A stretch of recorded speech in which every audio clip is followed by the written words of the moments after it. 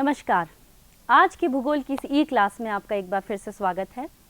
हम अब तक बहुत सारे टॉपिक डिस्कस कर चुके हैं, जान चुके हैं।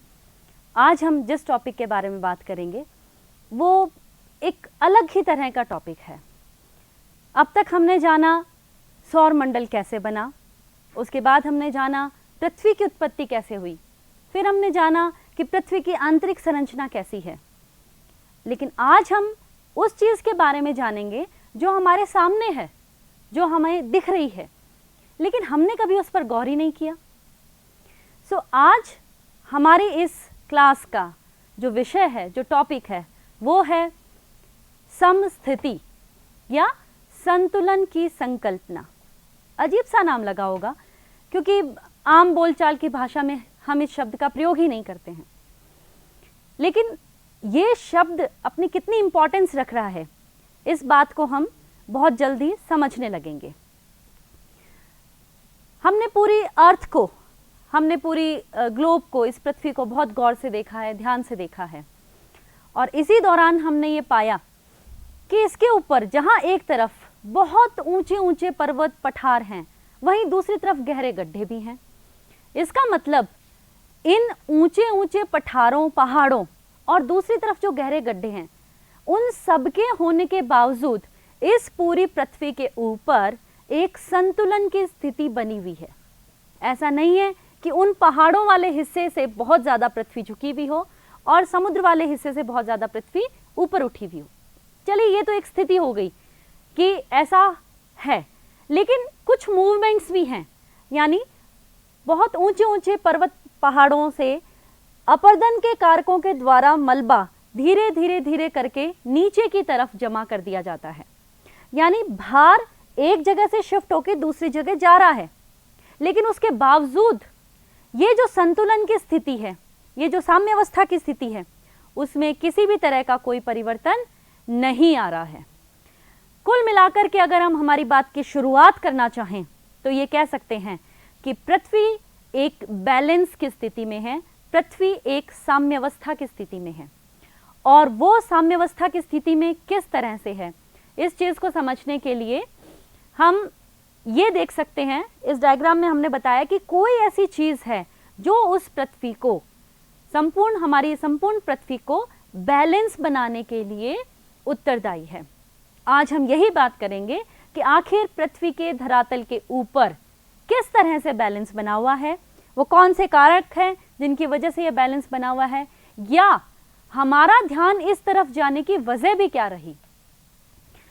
तो सबसे पहली बात, जब हम पृथ्वी के बैलेंस की बात करते हैं तो हम बात करते हैं कि पृथ्वी के ऊपर, धरातल के ऊपर जो क्रस्ट बनी हुई है, जो ठोस भाग बना हुआ है, जिसको हमने पृथ्वी की आंतरिक संरचना के दौरान लिथोस्फीयर कहा था, उस लिथोस्फीयर का एस्थेनोस्फीयर, यानी उस लिथोस्फीयर के नीचे की तरफ जो एस्थेनोस्फीयर है, उसके ऊपर उस लिथोस्फीयर का संतुलन की बात कर रहे हैं। हम जब संपूर्ण पृथ्वी के संतुलन की बात कर रहे हैं तो ध्यान रहे, यही चीज मैं रिपीट कर रही हूं कि हम सिर्फ उसकी बाहरी परत का अंदर की परत के ऊपर संतुलन की बात कर रहे हैं। जो कि इंटीरियर ऑफ द अर्थ, यानी पृथ्वी की आंतरिक संरचना के दौरान हमने पढ़ा था कि एस्थेनोस्फीयर या मेंटल का जो पोर्शन है, भाग है, वो लचीला है। अगर लिथोस्फीयर के ऊपर कहीं भार बढ़ता है तो उस हिसाब से उसे धीरे धीरे नीचे की तरफ धंसते रहना चाहिए, लेकिन पृथ्वी के ऊपर संतुलन कायम है। यानी आज हम बात करेंगे कि लिथोस्फीयर का एस्थेनोस्फीयर के ऊपर संतुलन कैसे बन रहा है।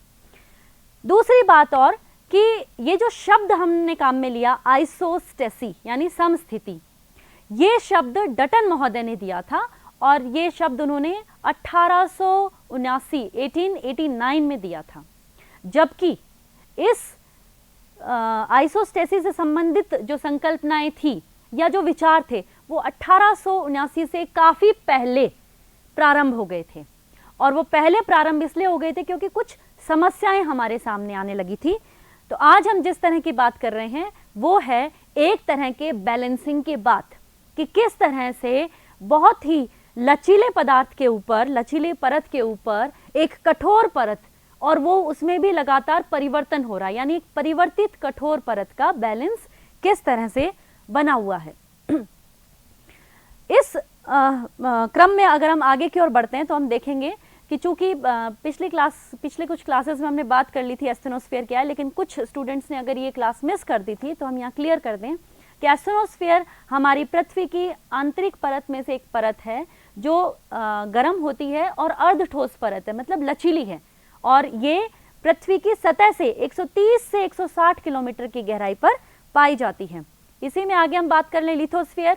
लिथोस्फीयर कमजोर चट्टानों से निर्मित ठोस परत है जो इस एस्थेनोस्फीयर के ऊपर पाई जाती है। और इस लिथोस्फीयर के अंदर हम जो वेल नोन क्लासिफिकेशन है हमारा, जिसमें हमने क्रस्ट, मेंटल और कोर कहा था, तो ये जो क्रस्ट, उसके बीच की रेखा मोहो और उसके नीचे यानी मेंटल का भी सिर्फ ऊपरी भाग, इन तीनों चीजों को शामिल करके हम लिथोस्फीयर की बात करते हैं।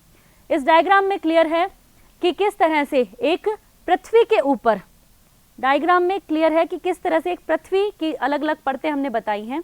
इसमें आप देखें जो ऑरेंज कलर है वो एस्थेनोस्फीयर है और उसके ऊपर जो ग्रे कलर है वो लिथोस्फीयर का पार्ट है। यानी एक छोटे से पार्ट के ऊपर एक बहुत बड़ी भारी संरचना का बैलेंस की आज हम बात करेंगे। वो महत्वपूर्ण बिंदु, पहले हम एक नजर डालें उन महत्वपूर्ण बिंदुओं पर जिन्हें आज हम यहाँ पर डिस्कस करने वाले हैं। महत्वपूर्ण बिंदुओं में सबसे पहली बात जो है वो ये है कि आखिर इस तरफ लोगों का ध्यान गया ही क्यों, यानी वो कौन सी समस्या थी जिसके सुलझाने के लिए लोगों का ध्यान इस ओर गया। इस तरह की बात हम इसमें स्टार्टिंग में करेंगे। उसके बाद दूसरी जो बात हम करेंगे वो है इस संकल्पना का निर्माण कैसे हुआ, किन किन लोगों ने इसमें कंट्रीब्यूशन दिया अपना, किस तरह से एक विचारधारा, एक समस्या एक विचारधारा बनी और विचारधारा विभिन्न मतों में विभाजित हुए और वो मत फिर संकल्पनाओं के निर्माण की ओर आगे की ओर बढ़े। जिन जिन लोगों की बात हम इस संकल्पना निर्माण के दौरान करेंगे वो है एरी, प्राट, होम्स, और इसी के साथ हम बात करेंगे कुछ और नवीन मत के बारे में भी, क्योंकि प्राचीन समय से ही एरी, प्राट और होम्स ने जो अपने अपने विचार दिए वो समय के साथ परिवर्तित होते गए और उसी में कुछ नवीन मत भी शामिल होते गए। तो हम इस पूरे आज के लेक्चर के अंदर समस्या के प्रारंभ से लेकर के संकल्पना के निर्माण तक पूरी प्रक्रिया के बारे में आज बात करेंगे। अगला जो हम यहाँ पे पॉइंट डिस्कस करेंगे वो समस्या के बारे में पॉइंट डिस्कस करेंगे। ये एक ऐसी समस्या है जो सिर्फ भारत ही नहीं पूरे विश्व के प्रमुख भूवैज्ञानिकों और भूगोलविदताओं के सामने आई थी। सबसे पहले इस समस्या का पता हमें चला था 1735 से 1745 यानी 10 वर्षों के दौरान एक फ्रांसीसी अन्वेषण हुआ था और उस फ्रांसीसी अन्वेषण का जो उद्देश्य था वो ये था कि पृथ्वी का ये जो गोलाकार है, जिस तरह से पृथ्वी एक राउंड के अंदर हमें दिखती है, उस आकार को स्पष्ट करना, उस आकार को सिद्ध करना। तो इस 10 वर्षों के ड्यूरेशन के दौरान पेरू, जो कि दक्षिणी अफ्रीका के पास है, वहां से लेकर के फ्रांस के अंदर पेरिस, वहां तक की अक्षांशीय दूरी निकाली गई और ये अक्षांशीय दूरी जो थी इसके साथ कोणीय दूरी भी निकाली गई और फिर अंदाजा लगाने के लिए कि वे पृथ्वी का आकार वास्तव में किस तरह से कर्व लिए हुए, किस तरह से वक्राकार अवस्था में है, इस तरह से इस अन्वेषण का उद्देश्य था। इस दौरान जब ये दूरी निकाली गई तो ये पाया गया कि अलग अलग सर्वेक्षण की विधियों से इस दूरी के अंतर थोड़ा सा अंतर आ गया है। यानी एक सर्वेक्षण विधि कुछ इस दूरी को कुछ और माप देती है तो दूसरी सर्वेक्षण विधि कुछ और माप दे रही है। समस्या यहीं पर आई कि आखिर अगर दो स्थान स्थिर हैं तो उनके बीच की दूरियां चाहे हम किसी भी विधि से निकालें समान आनी चाहिए। और इसी के उत्तर के रूप में विश्व के स्तर पर इस नई संकल्पना की प्रादुर्भाव हुआ। एक्चुअली ये कहा गया उस समय कि चूंकि पेरू जो है वो एंडीज पर्वतमाला के पास है और एंडीज पर्वत बहुत ऊंचाई पर स्थित है, उसका भार या उसके द्वारा किसी भी चीज़ को आकर्षित करने की शक्ति ज़्यादा है, इसलिए जब ट्रिग्नोमेट्रिकल सर्वे करते हैं तो उसमें नीचे की तरफ एक प्लम बॉब लटकता है और उस प्लम बॉब की वजह से एंडीज की वजह से वो प्लम बॉब थोड़ा सा शिफ्ट हो गया, वो उसकी तरफ खिसक गया और इसीलिए एंडीज ने जब प्लम बॉब को खींच करके अपनी तरफ ले लिया तो हर एक स्टेशन पर ये दूरी दूसरी विधि जिसको हम एस्ट्रोनॉमिकल मेथड कहते हैं उस विधि से ये दूरी थोड़ी थोड़ी ज़्यादा होती गई और अल्टीमेटली ये इतनी ज़्यादा निकली कि ये क्लियर कट नजर आने लगी।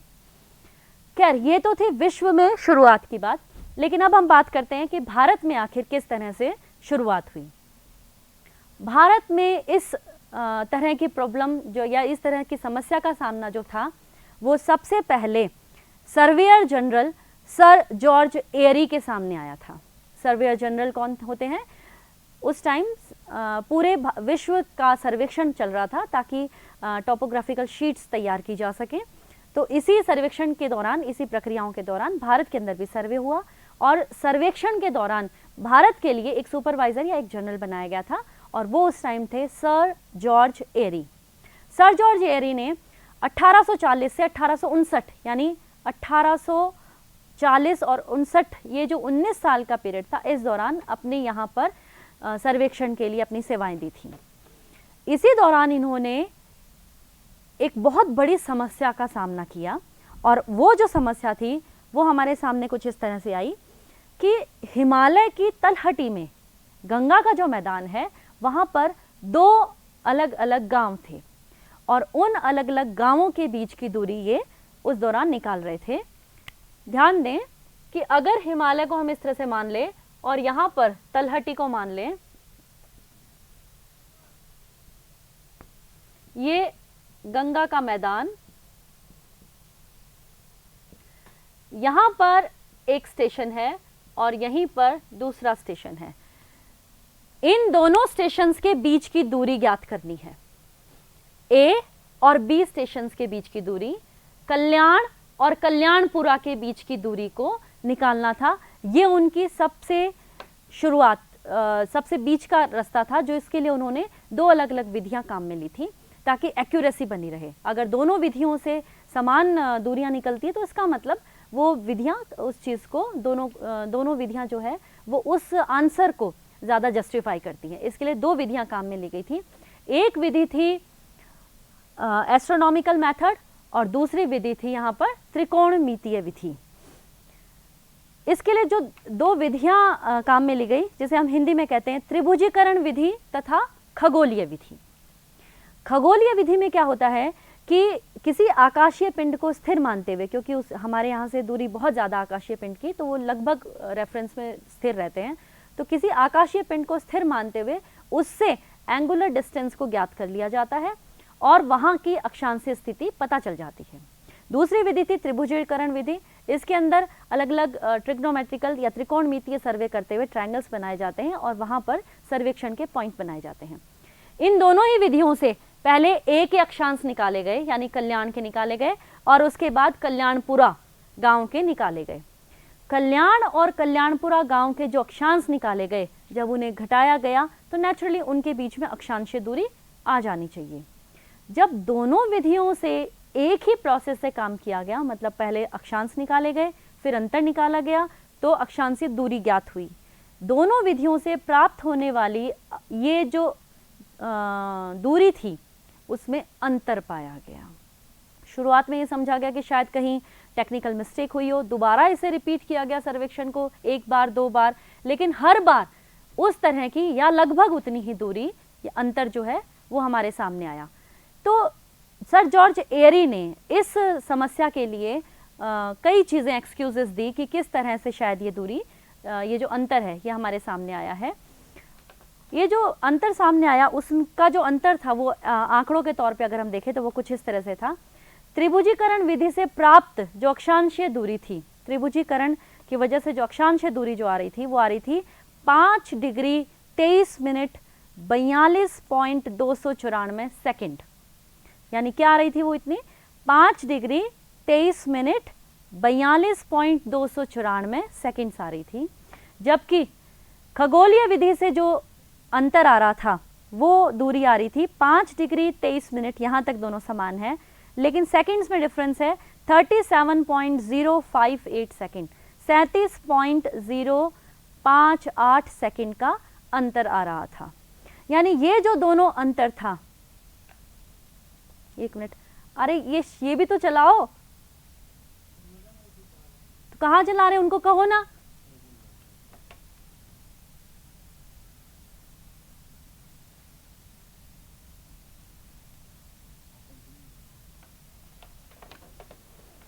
त्रिभुजीकरण विधि से प्राप्त हमारी जो अक्षांशीय दूरी थी वो थी 5 डिग्री 23 मिनट 42.294 सेकंड, जबकि खगोलीय विधि से प्राप्त अक्षांशीय दूरी 5 डिग्री 23 मिनट 37.058 सेकंड। आप ध्यान से देखें कि 5 डिग्री और 23 मिनट दोनों में कॉमन है, लेकिन अंतर क्या है, सेकंड्स में है, लेकिन अंतर मौजूद है। और ये जो अंतर था, ये अंतर आया था 5.236 सेकंड्स का, यानी ये जो गैप था इन दोनों दूरियों के बीच में वो 5.236 सेकंड्स का गैप था। और इस गैप के लिए एरी से सवाल था कि भाई ये गैप आने की वजह क्या है। जब हमने सारी चीज़ें देख ली कि परफेक्शन देख लिया, बार बार करके देख लिया, लेकिन फिर भी अंतर आ रहा है, इसका मतलब कोई इसके पीछे ठोस कारण है। एरी को इस सवाल का जवाब देना था, तो एरी ने अपने इस सवाल के जवाब के लिए बताया कि हिमालय के द्वारा, चूंकि हिमालय बहुत बड़ी संरचना है, उसका अपना एक आकर्षण शक्ति है, और उसके पास अगर ट्रिग्नोमेट्रिकल सर्वे किया जाएगा तो पेंडुलम जो उसका है उसको वो अपनी तरफ आकर्षित करेगा। जिस तरह से बड़ी संरचनाएं अपनी तरफ छोटी संरचनाओं को आकर्षित करती हैं, तो वही कारण इन्होंने बताया कि चूंकि कल्याणगाम जो है वो हिमालय के बिल्कुल समीप है, इस वजह से वहाँ तक सर्वे करते करते जैसे जैसे हम मैदानी भाग से हिमालय के नज़दीक जाते हैं वैसे वैसे पेंडुलम का आकर्षण बढ़ता रहता है। एरी ने इस बात को पूरी तरह से स्पष्ट भी किया, लेकिन प्राट जो एरी के बाद आए और उनके समकक्ष थे, उन्होंने इस चीज़ पर अपनी राय जो है वो पॉजिटिवली व्यक्त नहीं की।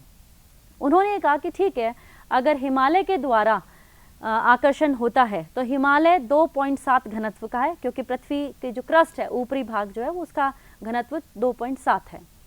तो उन्होंने हिमालय को 2.7 घनत्व का माना, और उन्होंने ये कहा कि अगर इस घनत्व का हिमालय होता है तो यह अंतर 5 सेकंड्स का न होकर 15.885 सेकंड होना चाहिए था। यानी तात्पर्य कि हिमालय के द्वारा जितना आकर्षण किया गया था वो कम था। अगर हम यही मान लें कि हिमालय के द्वारा आकर्षण किया गया है तो वो कम आया है, यानी प्राट कह रहे हैं कि इससे ज़्यादा अंतर आना चाहिए था। अब पुनः समस्या एरी के लिए कि एरी को अब अपनी बात एक बार फिर से स्पष्ट करनी पड़ेगी, क्योंकि प्राट ने प्रैक्टिकली ये साबित कर दिया था कि सिर्फ हिमालय के घनत्व की वजह से, उसके आकर्षण की वजह से ये संभव नहीं हो पाया। एरी ने इस समस्या के सुझाव के लिए, समस्या के समाधान के लिए कुछ मत दिए, और उनका पहला मत था जड़ का सिद्धांत। सुनने में थोड़ा सा अजीब लगता है, लेकिन उस समय इनके सिद्धांत की काफ़ी प्रेज हुई थी। इन्होंने ये कहा कि पृथ्वी के धरातल के ऊपर जितने भी ऊंचे उठे हुए भूभाग हैं उनकी उतनी ही गहरी जड़ें भी हैं। यानी जो भाग जितना ऊपर उठा हुआ है वो उतना ही गहराई के अंदर भी मौजूद है, और उस गहराई वाले हिस्से को इन्होंने अपना नाम दिया जड़। इस डायग्राम में स्पष्ट है, साफ साफ दिखाया गया है कि ए पोर्शन पठारी हिस्सा या मैदानी भाग आप मान सकते हैं, यानी उसकी ऊंचाई धरातल से कम है, और बी जो हिस्सा है वो आप एक पहाड़नुमा संरचना है जिसकी ऊंचाई धरातल से काफ़ी ज़्यादा है। तो आप गहराई में देखें, क्रस्ट के नीचे की तरफ देखें कि ए के हिस्से में कम गहराई तक क्रस्ट मौजूद है, जबकि बी के हिस्से में बहुत अधिक गहराई तक जड़ों के रूप में वही संरचना मौजूद है। अब यहाँ पर इन्होंने स्पष्ट किया कि चूंकि ये पदार्थ जो जितने ऊंचे हैं उनकी उतनी ही गहराई तक जड़ें हैं, तो उनके द्वारा को टोटल जो घनत्व आता है वो कम हो जाता है, कम घनत्व की वो चीज़ें होती है, इस वजह से उनके द्वारा आकर्षण थोड़ा सा कम हो जाता है। और इसी वजह से हिमालय का आकर्षण उतना नहीं था जितना कि प्राट ने अपनी कैलकुलेशन से निकाला था। इसी के एक रेफरेंस में उन्होंने एक और एग्जाम्पल लिया और अपना मत दिया, और वो मत था तैराव का सिद्धांत। उन्होंने कहा चूंकि लिथोस्फीयर एक ठोस है जबकि एस्थेनोस्फीयर लचीली है, और लिथोस्फीयर उसके ऊपर तैर रही है। अगर लिथोस्फीयर परत एस्थेनोस्फीयर के ऊपर तैर रही है तो तैरती हुई चीज़ के लिए उन्होंने आइसबर्ग या समुद्र के अंदर पाए जाने वाले बहुत बड़े बड़े हिम के जो टुकड़े थे उनका एग्जाम्पल लिया कि किस तरह से आइसबर्ग का छोटा सा हिस्सा हमें ऊपर की तरफ दिखता है, लेकिन इसका उससे 9 गुना हिस्सा नीचे की तरफ रहता है, जो कि इस डायग्राम में आपके सामने स्पष्ट है कि ऊपर ही हिस्सा बहुत छोटा है जबकि गहराई के अंदर वो हिस्सा बहुत ज़्यादा है। हालांकि एग्जैक्टली उन्होंने आइसबर्ग का एग्जाम्पल इस पॉइंट ऑफ व्यू से नहीं दिया कि 9 गुना हिस्सा नीचे है, लेकिन उन्होंने ये बताया कि इसका सेम उसी तरह का हिस्सा नीचे की तरफ रहता है, जिस वजह से वो उसका आकर्षण उतना ज़्यादा नहीं हो पाता जितना कि होना चाहिए। ये बात उन्होंने दोनों जड़ सिद्धांत और तैराव का सिद्धांत कहा, लेकिन उसके अपने इस बात के पक्ष में उनको एक एक्सपेरिमेंट करना था, और उस एक्सपेरिमेंट को इन्होंने नाम दिया, अलग अलग साइज के इन्होंने समान घनत्व वाले टुकड़े लिए और उन टुकड़ों को इन्होंने उस गहराई के अकॉर्डिंग दिखाया। यहाँ पर हम एक छोटा सा एक्सपेरिमेंट करके देख लें, जिससे हमारे सामने ये चीज़ क्लियर हो जाए कि किस तरह से अलग अलग गहराई पर या अलग अलग घनत्व की चीज़ें, अलग अलग साइज़ की चीज़ें जो है वो किस तरह से अलग अलग गहराई तक जाती हैं। यहाँ हमने एक पानी का बाउल लिया है छोटा, और लकड़ी के 2 टुकड़े लिए हैं जो अलग अलग साइज़ के हैं। इनका घनत्व बिल्कुल समान है, सिर्फ आकार में फ़र्क है। जब हम इन्हें पानी के अंदर डालते हैं तो आप देखें किस तरह से छोटा टुकड़ा और बड़े टुकड़े के बीच में आप बिल्कुल साफ स्पष्ट तौर पे अंतर देख सकते हैं। यहाँ पे आप देखें कि जो छोटा टुकड़ा है उसकी गहराई इस बड़े टुकड़े के बनिस्पत कम है, ये थोड़ा ऊपर की तरफ है, जबकि जो बड़ा टुकड़ा है वो अधिक गहराई के अंदर गया है। इस एक्सपेरिमेंट को हम यहाँ पर छोड़ के वापस अपनी बात पर आते हैं कि इसी तरह का बिल्कुल सेम इसी तरह का एक्सपेरिमेंट उन्होंने किया। उन्होंने लकड़ी के अलग अलग लंबाई के टुकड़े लिए और उन टुकड़ों को जब पानी के अंदर डाला तो उन्होंने देखा कि ये टुकड़े, जो जितना ज़्यादा लंबा टुकड़ा था, बड़ा टुकड़ा था, वो उतनी ही ज़्यादा गहराई तक जा रहा था, जबकि जो टुकड़ा जितना छोटा था वो ऊपर भी कम था और उसकी गहराई भी उतनी ही कम थी। इस डायग्राम में आप देखें कि अलग अलग गहराई पर आप देखें सारे के सारे जितने भी ऊपर की तरफ टुकड़े लिए गए हैं उनका घनत्व सेम है और वो 2.8 है, पूरा सेम घनत्व, लेकिन लंबाई अलग है। नीचे की तरफ जो घनत्व लिया गया है वो 3 घनत्व लिया गया है और इसके अंदर जब हमने इसे डाला तो अलग अलग गहराई पर जाकर के रुके हैं। इससे बिल्कुल साफ दिखाई दे रहा है कि किस तरह से बड़ी संरचना जो है वो जितनी ऊपर की ओर हमें नजर आ रही है उतनी ही ये गहराई तक उसी तरह के घनत्व को रखते हुए नीचे की ओर जा रही है। इस सिद्धांत को उन्होंने, अपने सिद्धांत को उन्होंने नाम दिया सम घनत्व विषम गहराई, यानी गहराई में अंतर है लेकिन घनत्व में समानता है। उन्होंने यही कहा कि संपूर्ण पृथ्वी के ऊपर जितने भी ऊंचे उठे हुए भूभाग हैं और जितने उसके कंपैरिजन में नीचे के भाग हैं वो सारे के सारे एक ही प्रकार के घनत्व से निर्मित हैं। दूसरी चीज उन्होंने कही कि लेकिन घनत्व समान होने के बाद भी उनकी ऊंचाइयों में अंतर है, इसलिए उनकी गहराइयों में अंतर आ जाता है। मतलब जो जितना ऊंचा उठा हुआ भूभाग है वो उतना ही ज्यादा गहराई तक कम घनत्व वाले हिस्से को रखता है। इसलिए जितना कम गहराई वाले हिस्से तक कोई भी पदार्थ है या कोई भी उच्चावच है उसकी आकर्षण शक्ति ज़्यादा हो जाएगी बनिस्पत की अधिक लंबे, अधिक बाहर की ओर निकले हुए किसी भी उच्चावच के रूप में। यानी पर्वतों की आकर्षण शक्ति उतनी नहीं रहेगी क्योंकि उनके नीचे हल्के पदार्थ मौजूद हैं, जबकि पठारों के नीचे कम गहराई पर जाकर के ही भारी पदार्थों की उपस्थिति आ जाती है। एरी अपनी बात को स्पष्ट करने में पूरी तरह से सही रहे। उन्होंने बहुत ही आसानी से बता दिया जड़ सिद्धांत, तैराव सिद्धांत, और उसके साथ साथ ये एक एक्सपेरिमेंट करके उन्होंने अपनी बात को क्लियर कर दिया। लेकिन प्राट, चूँकि उन्होंने एरी के बाद में और उनके साथ साथ ही उस तरह के एक्सपेरिमेंट्स करके कुछ चीज़ें निकाल ली थी कि क्यों आकर्षण जो है वो उसका इतना नहीं हो पा रहा है, इसलिए उन्होंने एरी के मत के साथ साथ ही अपनी बात भी कहनी शुरू कर दी। प्राट का मत जो था वो एरी से कुछ अलग था। उनका ये कहना था कि जब हम अलग अलग घनत्व के टुकड़ों को एक अधिक घनत्व वाली चीज़ के अंदर डुबोते हैं तो कम घनत्व वाला हिस्सा ज़्यादा ऊपर रह जाता है, जबकि अधिक घनत्व वाला हिस्सा नीचे की तरफ चला जाता है। इस एक्सपेरिमेंट में आप ध्यान से देखें कि ये जो अलग अलग ब्लॉक्स आपको जो ब्लॉक्स दिख रहे हैं, आपको बार्स दिखाई दे रही हैं, इनमें घनत्व अलग अलग है। सबसे ऊंचा जो दिखाई दे रहा है उसका घनत्व सबसे कम है, वो है 2.6। उसके पास वाली बार जो है उसका 2.8, उसके बाद 2.9, फिर 3, और साइड में जो सबसे लास्ट में दिखाई दे रहा है, जिस तरफ नंबर 2 भी लिखा हुआ है, वो है 3.1। नीचे की तरफ हम देखें तो वो है 3.5। यानी अधिक घनत्व वाले पदार्थ के अंदर जब हमने उससे कम घनत्व वाले कुछ पदार्थों को डाला तो हमने पाया कि इन पदार्थों के में अंतर आ गया। यानी ये पदार्थ विभिन्न गहराई पर, एक गहराई पर जाने के बजाय ऊपर की तरफ इनमें अंतर आ गया। तो अब उन्होंने अपना नया कॉन्सेप्ट दिया, और वो कॉन्सेप्ट था समान गहराई विषम घनत्व।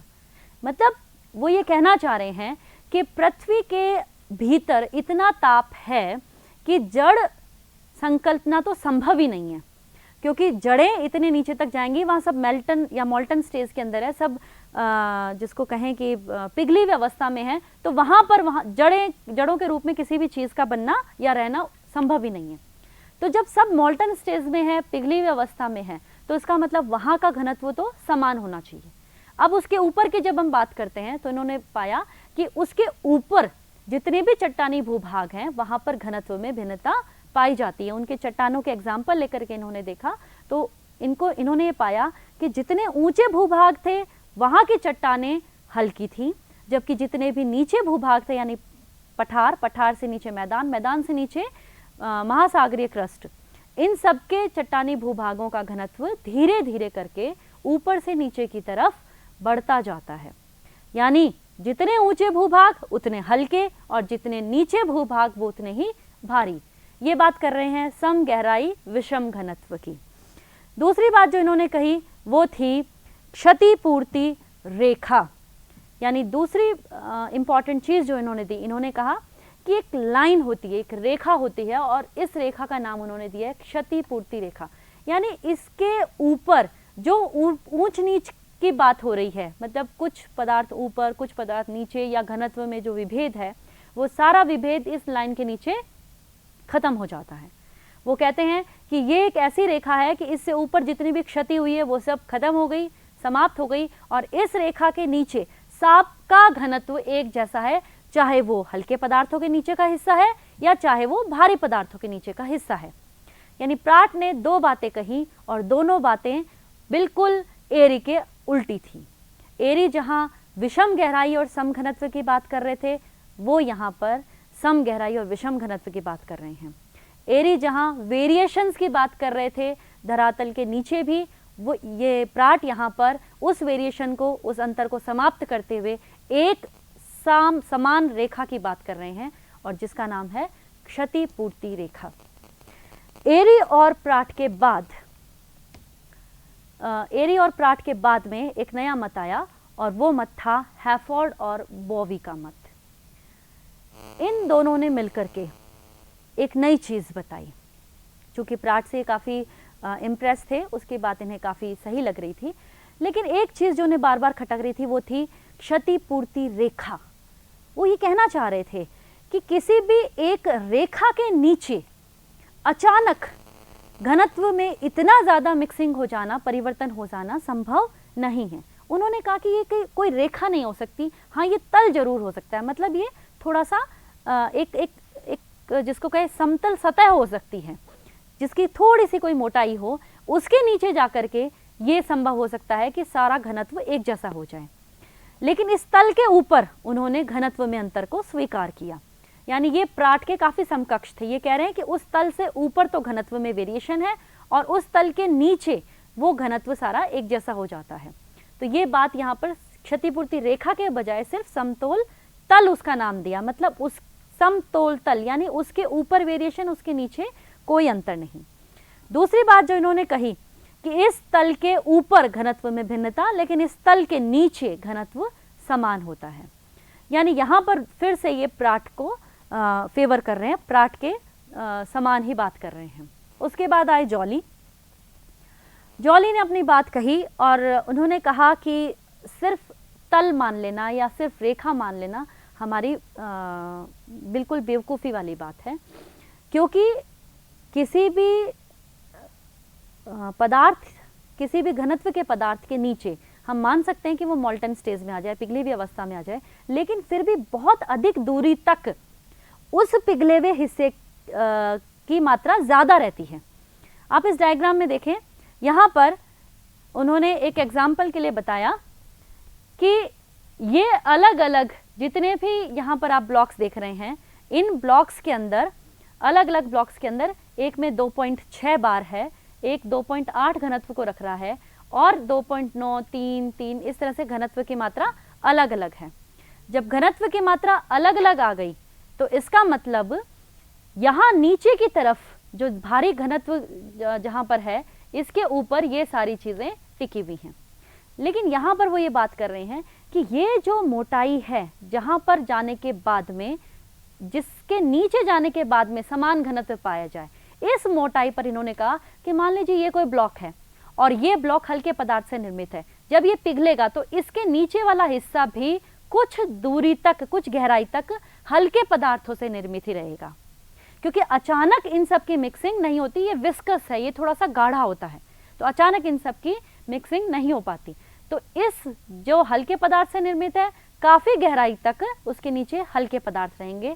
जो भारी पदार्थ से निर्मित है, उसके नीचे काफ़ी गहराई तक भारी पदार्थ रहेंगे। यानी एक ट्रांजिशन जोन आएगा, एक पूरा का पूरा मंडल आएगा और उस मंडल के अंदर इनकी मिक्सिंग चलेगी, उसके नीचे सब समान हो जाएगा।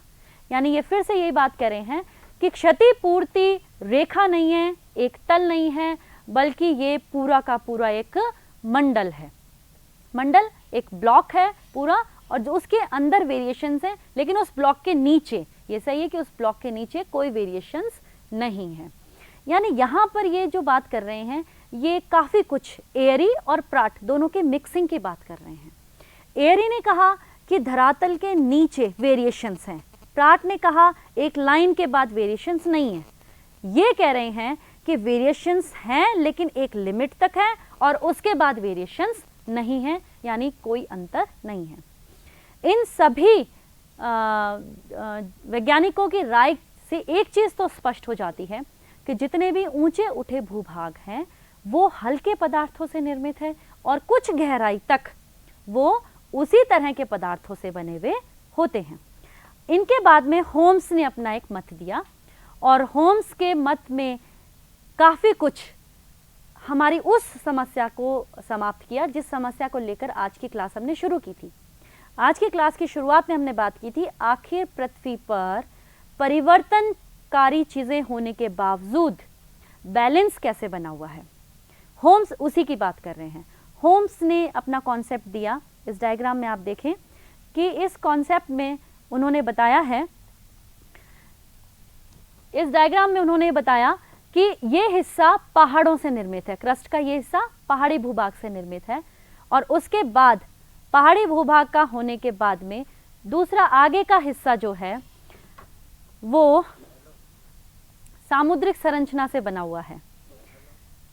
ये जो सामुद्रिक संरचना है इसकी ऊंचाई कम हो जाती है, जबकि पहाड़ी भूभाग की ऊंचाई काफ़ी ज़्यादा रहती है। जब इस तरह की संरचना को हमने देखा कि एक तरफ पहाड़ है और आगे की तरफ सामुद्रिक संरचना है, यानी यहाँ ऊंचाई ज़्यादा, यहाँ ऊंचाई कम।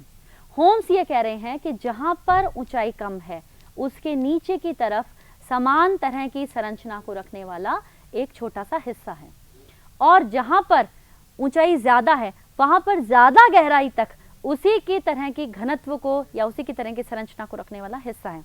यानी होम्स काफ़ी कुछ एयरी के ही बात कर रहे हैं, लेकिन अपनी इस संरचना के बाद वो कहते हैं कि इस तरह की संरचना के बाद नीचे की तरफ का जो हिस्सा आ जाता है वो प्राट की तरह मानते हैं कि वहाँ पर घनत्व में कोई विभिन्नता नहीं होती है। अब हम बात करते हैं कि किस तरह से इन्होंने एक स्थिति के बाद में परिवर्तनकारी बलों के साथ साथ किस तरह से इन्होंने बताया कि आगे की ओर परिवर्तन हुआ। उन्होंने कहा कि ये ऊंचे पहाड़ों से अपर्दन के कारकों के द्वारा मलबा आगे की ओर शिफ्ट किया जा रहा है और धीरे धीरे ये मलबा जो है ये समुद्र के अंदर जाकर के, या जिसको कहें हम निम्न स्थान पर जाकर के जमा हो रहा है। लेकिन इससे हो क्या रहा है, इस मलबे के जमा होने की वजह से इस क्रस्ट के ऊपर, क्रस्ट के इस भूभाग पर भार में वृद्धि हो गई। भार में वृद्धि हो गई इसका मतलब यहाँ का हिस्सा इस क्रस्ट के ऊपर दबाव डालने लगा। मेंटल विस्कस है, पिघली हुई अवस्था में है, तो क्या होगा, मेंटल से वो लावा या वो मैग्मा जो है वो शिफ्ट होने लगेगा। किस तरफ, जिस तरफ उसको स्पेस मिलेगी। इधर भी हो सकता है और इस तरफ भी हो सकता है। यानी इस भार की वजह से नीचे जो मैग्मा है उसमें शिफ्टिंग शुरू हो गई, मूवमेंट शुरू हो गया, गति शुरू हो गई। ये मैग्मा मूव करता हुआ वहां पर गया जहां इसको थोड़ा सा हल्का मिलेगा। कहाँ मिलेगा, क्योंकि यहां से पदार्थ आगे की ओर शिफ्ट हो गया तो यहां हल्कापन आ गया, यानी यहां का भार कम हो गया। इसी भार के लिए इस मैग्मा को यहां पर आकर के अपनी जगह प्राप्त हो गई। यानी अब आप गौर से देखें कि ये एक सर्कल बन गया। उच्च भूभागों से धरातल के ऊपर मलबा निम्न भूभागों की तरफ जा रहा है और ठीक निम्न भूभागों से नीचे की ओर, धरातल के नीचे की ओर मैग्मा जो है वो उच्च भूभागों की तरफ जा रहा है। यानी ये जो मत था, ये जो चीज़ थी होम्स की, इसमें उन्होंने बताया कि किस तरह से पृथ्वी के ऊपर जो परिवर्तन हो रहे हैं इन सब के बावजूद हमारी पृथ्वी पर बैलेंस बना हुआ है। और यहीं से हमने आज की अपनी क्लास शुरू की थी। यानी यहाँ तक तो हम पहुँच गए हैं कि पृथ्वी के ऊपर बैलेंस बनाने के लिए पृथ्वी के नीचे यानी तल के नीचे की जो संरचना है उसका बहुत बड़ा योगदान है। उसके बिना ऊपरी सतह के ऊपर किसी भी तरह का बैलेंस बनना या साम्यावस्था में आना संभव ही नहीं है। लेकिन इसको और अधिक गहराई से समझने के लिए हम एक और कॉन्सेप्ट की बात भी यहाँ कर लेते हैं, और वो कॉन्सेप्ट है आर्किमिडीज का सिद्धांत या उत्प्लावन बल। देखिए, जब आप छोटी क्लासेस में थे तो आपने ये नाम शायद सुना हो, आर्किमिडीज। अगर नाम नहीं भी सुना हो तो इसका दिया हुआ सिद्धांत आप लोगों ने ज़रूर सुना है। और सिद्धांत ये है कि पानी में तैरती हुई वस्तु या किसी भी स्थिति में तैरती हुई वस्तु अपने भार के बराबर के तरल पदार्थ को हटाती है। यानी कोई भी वस्तु पानी में या किसी भी तरल पदार्थ में तभी तैरेगी जब वो अपनी भार के बराबर के हिस्से को वहां से हटा देगी। अगर वो वहां से हटा पाती है तब वो तैर लेगी, और अगर उसका भार उस हटाए गए तरल से ज्यादा होता है तो वो उसके अंदर डूब जाएगी। इसी को ही कहते हैं हम आर्किमिडीज सिद्धांत। और वो बल जिसकी वजह से वो वस्तु वहां पर तैर पाती है, नीचे की तरफ से एक बल लगता है जिसकी वजह से वो वहां तैर पाती है, उसको हम कहते हैं उत्प्लावन बल। यानी मेरे ख्याल से ये चीज क्लियर हो गई कि आर्किमिडीज सिद्धांत और उसके रेफरेंस में जो बल लग रहा है उसको हम कह रहे हैं उत्प्लावन बल। इस एग्जाम्पल में आप देखें कि हमने 3 बीकर यहाँ पे रखे हुए हैं। इन 3 बीकर के अंदर जब हमने वेट को नीचे की तरफ डाला तो वेट में हमने पाया कि जैसे जैसे हमने वेट इस बीकर के अंदर डालते जा रहे हैं, जैसे जैसे हम वेट इस बीकर में डालते जा रहे हैं, वैसे वैसे ये पानी का जो लेवल है वो थोड़ा सा ऊपर उठ गया और पानी इस पास वाले बीकर के अंदर आ गया। तीसरे स्टेज के अंदर हम देखें कि जब पूरी तरह से हमने इस ब्लॉक को और ज्यादा अंदर की तरफ डाल दिया तो पानी का लेवल बढ़ गया। लेकिन आप गौर से देखें यहाँ पर वेट जो है वो कम होता जा रहा है। पहले वेट इतना ज्यादा था, उसके बराबर हिस्से में जब बाहर की ओर निकल गया तो वेट कम हो गया और अल्टीमेटली वेट लगभग 0 हो गया, 0 हो गया, क्योंकि हमने बराबर का पानी जो है वो यहाँ पर बाहर की ओर निकाल दिया। ये बिल्कुल वैसा है कि जैसे आप अगर पानी में स्विमिंग करते हैं तो अपने आप को हल्का महसूस करते हैं, क्योंकि आपने अपने उस भार के बराबर पानी को जो है वो साइड में से निकाल दिया है। ये आर्किमिडीज का सिद्धांत यहाँ तक तो समझ में आ गया, लेकिन इसका संबंध क्या है पृथ्वी की जो बात आज हम कर रहे थे कि पृथ्वी के ऊपर बैलेंस कैसे बनता है, उसके साथ इसका क्या संबंध है। आइए देखें।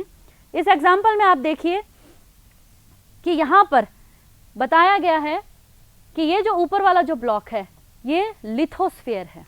ये जो हल्के कलर में आपको दिख रही है यानी कम घनत्व की एक परत है लिथोस्फीयर, और नीचे वाली जो परत जिसको डार्क कलर से किया गया है वो एस्थेनोस्फीयर है। यानी ये बिल्कुल हमारी पृथ्वी की संरचना की तरह है। लिथोस्फीयर हल्के पदार्थों से निर्मित है, एस्थेनोस्फीयर भारी पदार्थों से निर्मित है, और लिथोस्फीयर इसके ऊपर तैर रही है। अगर किसी जगह पर किसी कारण से और भार यहाँ पर डाल दिया जाए, यानी भार में वृद्धि हो जाए, तो क्या होता है, भार में वृद्धि होने से ये लिथोस्फीयर के ऊपर धीरे धीरे इस भार में वृद्धि होने से एक बल लगता है जिसको हम कह रहे हैं फोर्स, ग्रेविटेशनल फोर्स, यानी इस भार की वजह से इस लिथोस्फीयर के पार्ट के ऊपर एक बल लग रहा है जो नीचे की तरफ जा रहा है, धकेल रहा है इसको। दूसरा एक बल इसी के साथ उत्प्लावन बल लग रहा है जो ऊपर की ओर डायरेक्शन लिए हुए हैं। ध्यान से देखें, हमने पहले भी बात की थी कि किसी भी पदार्थ का नीचे की ओर बल जो है वो गुरुत्व बल होता है, और ऊपर की तरफ जब बल लगता है, क्योंकि आर्किमिडीज सिद्धांत यही कह रहा है कि वो उसे ऊपर की ओर उठाने की कोशिश करेगा, तो वो जो बल है उसको हम कह रहे हैं उत्प्लावन बल। दोनों की डायरेक्शन एक दूसरे के अपोजिट है। जब इन दोनों की डायरेक्शन एक दूसरे के अपोजिट है तो ये जो बीच का जो हिस्सा है वहां पर क्या होगा, वहां पर एक्सपांशन हो जाएगा। यानी ये जो ब्लॉक हमें दिखाई दिया ये नीचे नहीं जा करके एक्सपांड हो जाएगा, मतलब इसका मूवमेंट दोनों की तरफ हो जाएगा। और इसी को ही हम कहेंगे कि यहाँ पर समानांतर के तौर पे, हॉरिजॉन्टल के तौर पर किसी भी स्थलाकृति का एक्सपांशन हो गया या वृद्धि हो गई। इस कॉन्सेप्ट का हमारे उस बैलेंस वाले कॉन्सेप्ट से क्या रिलेशन, आइए देखें, बात करते हैं कि जब किसी भी क्षेत्र के ऊपर भार पड़ा और उस भार के बाद में उसका एक्सपांशन हो गया तो उससे क्या फर्क पड़ता है। डायग्राम में आप देखें कि यहाँ पर हमने दो डायग्राम बनाए हैं, इन दोनों डायग्राम के अंदर अलग अलग जगह के समायोजन को बताया है। पहला जो है वो स्थानीय समायोजन है और दूसरा जो है वो क्षेत्रीय समायोजन है। स्थानीय समायोजन मतलब बहुत ही लोकल लेवल के ऊपर किस तरह से पृथ्वी की सतह समायोजित करती है उस बढ़े हुए भार को, ये यहाँ पर दिखाया गया है। स्थानीय समायोजन में भार जब नीचे की ओर आ रहा है तो उस पृथ्वी या उस क्रस्ट का वो हिस्सा धीरे धीरे नीचे की ओर जा रहा है और कोशिश की जा रही है कि किसी तरह से उत्प्लावन बल के जरिए वो वहां पर मेंटेन रह जाए। जबकि क्षेत्रीय समायोजन यानी बहुत लार्ज स्केल पर अगर भार आ जाता है तो क्या होता है, लिथोस्फीयर यानी जो ऊपर की परत है वो परत ही धीरे धीरे नीचे धंसने लग जाती है, बैंड होने लग जाती है, मुड़ने लग जाती है। ये दो बिल्कुल अलग अलग तरह के समायोजन के तरीके हैं जिनकी वजह से हमारी पृथ्वी के ऊपर संतुलन बना हुआ है। थोड़ा सा और इसके ऊपर बात कर लेते हैं कि एक बहुत बड़ी चीज़ जो इस दौरान हमारे सामने आई, हमारी पृथ्वी के ऊपर समायोजन के प्रॉब्लम के रूप में हमारे सामने आ रही है, वो क्या है, वो है हिमनद। ग्लेशियलाइजेशन जब शुरू हुआ था, हिमानीकरण जब प्रारंभ हुआ था पूर्व के अंदर, प्लेस्टोसीन काल के अंदर, तो क्या हुआ था कि हमारी पृथ्वी के धरातल के ऊपर बर्फ का बनना शुरू हो गया था। कंपैरेटिवली बर्फ भारी होती है और एक सीमित क्षेत्र पर थी, इसलिए उसने इस लिथोस्फीयर यानी पृथ्वी की क्रस्ट के ऊपर, धरातल के ऊपर वजन डालना प्रारंभ कर दिया। तो हिमानीकरण के प्रारंभ से लेकर के इसके एक्सट्रीम तक पहुंचते पहुंचते पृथ्वी के धरातल के ऊपर लोड या भार बढ़ गया। जब भार बढ़ेगा तो नीचे स्थित मैग्मा, आप याद करें वो होम्स का मॉडल जिसमें ये साफ साफ था कि भार ऊपर से बढ़ता है तो नीचे से मैग्मा शिफ्ट होता है, तो नीचे जो मैग्मा था उस मैग्मा में विस्थापन हो गया। देखिए जब विस्थापन हो जाएगा तो यहाँ का ये जो क्रस्ट है ये थोड़ी सी नीचे झुक जाएगी, जो आप बी डायग्राम में देख रहे हैं कि उस भार की वजह से ये क्रस्ट थोड़ी सी नीचे झुक गई और उसी झुकी हुई क्रस्ट को हम कह रहे हैं अवतलन, सबसिडेंस यानी नीचे की ओर झुक जाना। जब ये अवतलन हो गया, जब नीचे की ओर झुक गई, तीसरी बात क्या हुआ कि इस अवतलित जगह से हिमानीकरण के अंत के साथ ही ये जो भार था उस बर्फ ने पिघलना शुरू कर दिया। जब बर्फ ने पिघलना शुरू कर दिया, भार जो था वो यहाँ से हट गया, तो अब यहाँ पर खाली स्पेस दिखाई गई है तीसरे डायग्राम में, यानी अब यहाँ पर वो भार नहीं रहा। जब भार नहीं रहा तो क्या होगा, मैग्मा वो जो यहाँ से शिफ्ट हुआ था वापस अपनी जगह आना चाहेगा, और जब वापस अपनी जगह आने लगेगा तो फिर से इस क्रस्ट की सतह के ऊपर, इस क्रस्ट के ऊपर प्रतिक्षेप हो जाएगा, रीबाउंडिंग हो जाएगी, वापस ये अपनी शेप के अंदर आ जाएगा।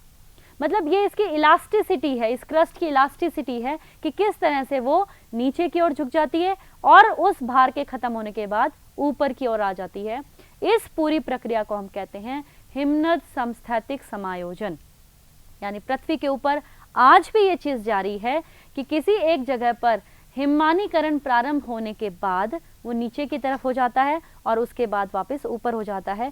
क्योंकि लगातार ग्लोबलाइजेशन की वजह से हमारे यहाँ टेम्परेचर जो है वो बढ़ता जा रहा है और टेम्परेचर बढ़ने की वजह से हमारे यहाँ हिम का पिघलना एक बहुत बड़ी समस्या के तौर पे सामने आ रहा है।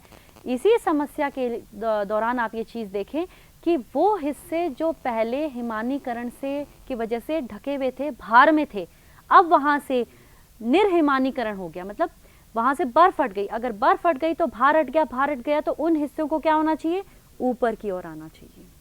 और इसका सबसे बड़ा एग्जाम्पल हम देख रहे हैं, नेक्स्ट डायग्राम में आप देखें कि स्कैंडिनेविया का ये हमने एग्जाम्पल लिया है। हिमनद हिमनद से जो क्षेत्र पहले पूरी तरह से दबे रहते थे, अब वहाँ से हिमनद हटने के कारण ये जो हिस्सा है ये बिल्कुल क्लियर हो गया है। कैसे हो गया है कि ये स्कैंडिनेविया, जिसका डायग्राम आप यहाँ पर मैप जो है वो देख रहे हैं, आप ये देखें कि स्कैंडिनेविया में अब तक इस पूरे पोर्शन के अंदर अब तक 275 मीटर का उठाव आ गया है। यानी 275 मीटर ये अपने धरातल से ऊपर की ओर उठ गया है। आप इसको ऐसे देखें कि ये जो अलग अलग एरिया बने हुए हैं, ये डार्क है, ये थोड़ा सा लाइट है, ये और लाइट है, ये दिखाया है कि प्रति ईयर कितने मिलीमीटर इसमें उठाव आ रहा है। और उठाव की वजह यहाँ पर मैं क्लियर कर चुकी हूँ कि इसकी जो हिम जो थी, ये हिम कवर जो था, वो पूरा का पूरा हिम कवर जो था वो यहाँ से हट गया, वो यहाँ से पिघल गया। तो इस चीज़ को और क्लियर करते हैं हम कि वो क्षेत्र जहाँ पर पहले भार था और अब नहीं रहा, हट गया है, तो इसका मतलब वो क्षेत्र अब ऊपर की ओर उठ रहे हैं, उनमें उन्नयन हो रहा है। अगर उनमें उन्नयन हो रहा है तो नीचे से कहीं से मैग्मा आकर के उनको ऊपर उठा रहा है।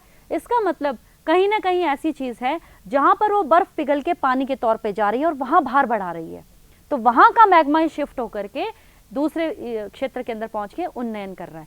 तो एक तरफ अगर उन्नयन है तो दूसरी तरफ अवतलन है।